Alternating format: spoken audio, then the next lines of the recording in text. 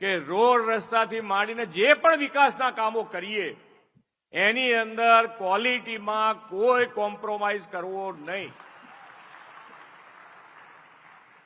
અને ક્વોલિટી સાથે કામ કરીશું તો આપણને એના પરિણામો દેખાશે. સાથે સાથે ફ્યુચરના આયોજનમાં પણ માન્ય વડાપ્રધાન શ્રી આપણને હર હંમેશ કહે છે કે ભાઈ આજે જે કરી રહ્યા છો એનો તો વાંધો જ નથી, પણ આવતીકાલનું આજે વિચારી શકે એવા વડાપ્રધાન આપણને મળ્યા હોય ત્યારે આપણું પણ દાયિત્વ બને છે કે એ પ્રમાણે આગળ વધીએ. તો આપણા મુખ્યપ્રધાન થોડા સમય પહેલા જે એમણે મોરબીની વાત કરી હતી એને કહ્યું કે નરેન્દ્ર આજે વાત કરે છે એમાં કહ્યું નરેન્દ્ર મોદીનું આગવું આયોજન હોય છે. તો એ કેવું આગવું આયોજન હોય છે આપણે જાણીએ. નરેન્દ્ર મોદીએ જ્યારે ગુજરાતના મુખ્યપ્રધાન હતા ત્યારે એમણે 2009માં કહ્યું હતું કે ગુજરાતને તમે મંજૂરી આપી દો, આખા ગુજરાતમાંથી અમે ગેસ આખા ભારતને પૂરું પાડી શકીએ એટલી ક્ષમતા ધરાવીએ છીએ અને જીએસપીસી દ્વારા આ ગેસનો અમે શોધ કરી છે અને એ ગેસ આખા ભારતને પૂરો પાડી શકીએ છીએ. એવી જે ગુલબાંગો હાકી હતી નરેન્દ્ર મોદીએ પણ સાંભળી. देता हूं कि आप मैं भारत सरकार को निमंत्रण देता हूं कि आप गुजरात के पूरे इलाके के तेल क्षेत्र को एक प्रयोग के नाते हम 5 करोड़ गुजरातियों के हवाले कर दीजिए. आज भारत 80,000 करोड़ रुपयों का पेट्रोलियम आयात करता है. 80,000 करोड़ रुपए. हम 2014 के सितंबर तक 80,000 करोड़ रुपया जो देश के बाहर जा रहे हैं उसको गुजरात रोकने की क्षमता रखता है और ये 80,000 करोड़ रुपया हिंदुस्तान के गरीब के તો ગરીબ લોકોને આપણે એની પાછળ વાપરી શકીએ એમ આગળ એ વિડીયોમાં કહે છે. તો આ આપણા નરેન્દ્ર મોદી જે આપણા માનનીય વડાપ્રધાન, માનનીય ભૂતપૂર્વ મુખ્યપ્રધાન એ વાત કરી રહ્યા છે. 80,000 કરોડ રૂપિયાનો ગેસ ગુજરાત તમને આપી શકે એમ છે. આવી મોટી હાંકી હતી એમણે, મોટામાં મોટી હાંકી હતી. તો આજે પરિસ્થિતિ શું ઊભી થઈ છે? દેશના ઉદ્યોગો ધીમે ધીમે બંધ થવા લાગ્યા છે. 2014માં તમે વડાપ્રધાન થયા, આજે 2026 ચાલી રહ્યું છે. ક્યાં 11-12 વર્ષ સુધી શું કર્યું તમે? ત્યારે વડાપ્રધાન જે ભૂતપૂર્વ વડાપ્રધાન મનમોહન સિંહને તમે પડકાર ફેંકતા હતા, લલકાર ફેંકતા હતા, બધું જ કહેતા હતા. પણ આજે શું પરિસ્થિતિ છે? જરા બોલો. બોલવાનું જ બંધ કરી દીધું છે. આ યુદ્ધના સંદર્ભમાં આપણા માનનીય વડાપ્રધાન સાહેબ એક શબ્દ બોલતા નથી. આ મોરબીના ઉદ્યોગના આપણે દ્રશ્યો જોઈ રહ્યા છીએ અને એ આપણે સ્પષ્ટપણે એમાં દેખાય છે કે કઈ રીતના ઉદ્યોગ ચાલે છે. અને એટલા માટે ભારત જે અત્યારે 2.7 કરોડ ટન જે ગેસ આયાત કરે છે, તો નરેન્દ્ર મોદીએ જે ચેલેન્જ આપી હતી એ પ્રમાણે કરવું જોઈએ. એમણે આ ગેસનો ઉપયોગ વીજળી ઉત્પાદન, ખાતર નિર્માણથી લઈને સીએનજી પાઇપલાઇન, રસોઈ ગેસ સુધી પહોંચાડવામાં આવે છે. અત્યારે જે કંઈ ગેસ આવે છે અને જેટલો સંગ્રહ છે એ માત્ર ને માત્ર રસોઈ ગેસ પૂરતો જ રિઝર્વ કરી દેવામાં આવ્યો છે. બાકી ઉદ્યોગોને આપવાનું મોટા ભાગનું કહી દેવામાં આવ્યું છે કે હવે નહીં મળે. કારણ કે ઈરાન દ્વારા ખાડી દેશોમાં કરવામાં આવી રહેલા સતત હુમલાના કારણે કતારે પોતાનું એલએનજી ઉત્પાદન પણ બંધ કરી દીધું છે. આ હુમલાના કારણે હોર્મુઝ જે વિસ્તાર કહેવાય છે, સમુદ્ર માર્ગ, એના મધ્યથી ઓઇલ અને એલએનજીનું પરિવહન ત્યાંથી જે જહાજો દ્વારા આવતું તે બધું બંધ કરી દેવામાં આવ્યું છે. કતાર દ્વારા ઉત્પાદન અટકાવી દેવાતા ભારતની ગેસ પુરવઠો પૂરો પાડતી કંપનીઓએ ઉદ્યોગોને ગેસ આપવાનું મર્યાદિત તો ક્યારનું કરી નાખ્યું છે, હવે ધીમે ધીમે બંધ પણ કરી રહ્યું છે.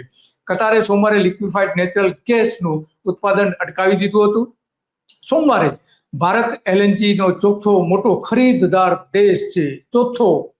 ક્યાં છે નરેન્દ્ર મોદીની મોટી વાતો? એમણે વાતો કરી હતી ગુજરાતના મુખ્યપ્રધાન હતા ત્યારે કે અમે 80,000 કરોડ રૂપિયાનો ગેસ આપી શકીએ એમ છે ભારતને. શું થયું એનું આજે? કતાર ભારતનો સૌથી મોટો પુરવઠેદાર દેશ પણ છે અને ગયા વર્ષે દેશની અંદર એલએનજી આયાત 40% હિસ્સો કતારનો હતો. તો કતારથી જ મોટા ભાગે આ બંધ કરી દેવામાં આવ્યું છે. અને એટલા માટે હવે માત્ર ઉદ્યોગો જ નહીં, રહેણાંક, વાહનો અને અનેક જગ્યાએ મોટી સમસ્યાઓ ઊભી થવાની છે. એ સમસ્યાઓને હવે નરેન્દ્ર મોદી કઈ રીતે પહોંચી શકશે એ સૌથી મોટો સવાલ આજે આવીને ઉભો રહે છે. અને એટલા માટે આપણે એવું કહી શકીએ કે નરેન્દ્ર મોદી વાતો તો બહુ કરે છે. મોરબીને બચાવો. મોરબીના ઉદ્યોગો એ પોતે આખું ત્યાં ટેક્સટાઇલ જે ટાઇલ્સ ઉદ્યોગ જે છે એ ઉભો કર્યો છે એમણે. અને એની મહેનતના કારણે ઉભો થયો છે. સરકારે થોડી ઘણી સબસિડી આપી હશે, રાહત આપી હશે, એમાં કોઈ સવાલ નથી, પરંતુ સરકારને સૌથી મોટો ટેક્સ પણ ત્યાંથી મળે છે, વેરા જબરજસ્ત વેરો પણ મળે છે, જીએસટી થી લઈને બીજા બધા વેરા જે છે ત્યાંથી મળે છે. તો આ સરકાર જે છે એ મોરબીને બચાવી લેવું જોઈએ. મોરબી માટે જે કંઈ અત્યારે થઈ રહ્યું છે, ગુજરાતનો પહેલો એવો ઉદ્યોગ છે, દેશનો આમ તો કહી શકાય પહેલો ઉદ્યોગ એવો છે કે જે બંધ થઈ રહ્યો છે આવતીકાલ સવારથી, અને એને બચાવવા માટે નરેન્દ્ર મોદી શું કરી રહ્યા છે, સરકારનું આયોજન શું છે? સરકારે આજ સુધી એક પણ સ્ટેટમેન્ટ આપ્યું નથી. જ્યારે ઉદ્યોગકારો મળવા જાય છે ત્યાંના અધિકારીઓને, જીએસપીસી ના અધિકારીઓને, કે ભાઈ ગેસ અમને મળવાનો નથી, શું પરિસ્થિતિ છે અમને કહો, ત્યારે કહેવામાં આવે છે કે તમને ગેસ નહીં મળી શકે, આટલો જ જથ્થો છે, વોટ એવર જે કંઈ થવું થયું. અને 2 વખત મિટિંગ થઈને આવતીકાલે પણ એક બેઠક થવાની છે અધિકારીઓ સાથે, પણ બેઠકનો કોઈ હવે મતલબ નથી, કારણ કે ગેસનો પુરવઠો તો મળી શકે એમ નથી. અને હવે ધીમે ધીમે ઓઇલ અને બીજી બધી રિફાઇનરીઝને પણ અસર થવાની છે. જામનગરમાં સૌથી મોટી, એશિયાની સૌથી મોટી રિફાઇનરી આવી છે, અને કદાચ બની શકે કે આ રિફાઇનરીને પણ બંધ કરવાની હાલત આવે, કારણ કે યુદ્ધ અટકે એવું નથી, યુદ્ધ લાંબો સમયથી ચાલી રહ્યું છે. અને એટલા માટે ગુજરાતના ઉદ્યોગોને જો બચાવવા હોય તો હવે જેમ બને એમ ઝડપથી આના વિકલ્પ શોધવા પડે. અને વિકલ્પ માત્ર અત્યારે અમેરિકાએ જ રહેવા દીધો છે, અને અમેરિકા પાસેથી જ ઓઇલ ખરીદ કરવું પડે એવી પરિસ્થિતિનું નિર્માણ થયું છે. અને જે અમેરિકા કરવા માંગતું હતું એ ભારતે કર્યું છે, અને એની સૌથી મોટી કિંમત પણ ગુજરાતે ચૂકવવી પડશે, કારણ કે ગુજરાતમાં રિફાઇનરીઓ 4 રિફાઇનરી અલગ અલગ છે, નાની મોટી થઈને બધી, તો એમને પણ આ સૌથી મોટું ફટકો પડી શકે એમ છે. એટલા માટે આજે વાત કરવી પડે છે કે મોરબી, જો આવું નાનું શહેર મોરબી, હમણાં જ મ્યુનિસિપલ કોર્પોરેશન જાહેરાત કરી છે, સરકારે મ્યુનિસિપલ કોર્પોરેશન બનાવ્યું છે મોરબીને, અને ત્યાં જ આ આખી બાબતો થઈ છે. અને નરેન્દ્ર મોદી હમણાં રાજકોટમાં જે ગયા હતા, અને એમાં મોરબીને કેવો વિસ્તાર છે, મિની જાપાન કઈ રીતે બની શકે એમ છે, રાજકોટ, મોરબી અને જામનગરનો આખો વિસ્તાર, એની વાતો કરી હતી. પણ હવે અત્યારે કટોકટી ઊભી થઈ છે મોરબીમાં. હવે મોરબીથી શરૂઆત થઈ છે, આખા દેશમાં આ થવાનું છે. અમદાવાદથી લઈને સુરતના ઘણા બધા ઉદ્યોગો એવા છે કે જે કોલ ઉપર ચાલે છે, જે અલગ અલગ પ્રકારના ફ્યુઅલ ઉપર ચાલે છે, ડીઝલથી લઈને અલગ અલગ પ્રકારના પેટ્રોલના વાહનો જે છે એને સૌથી ગંભીર અસર થવાની છે, વાહન વ્યવહારને પણ ગંભીર અસર થવાની છે. તો શું છે આયોજન? શું છે?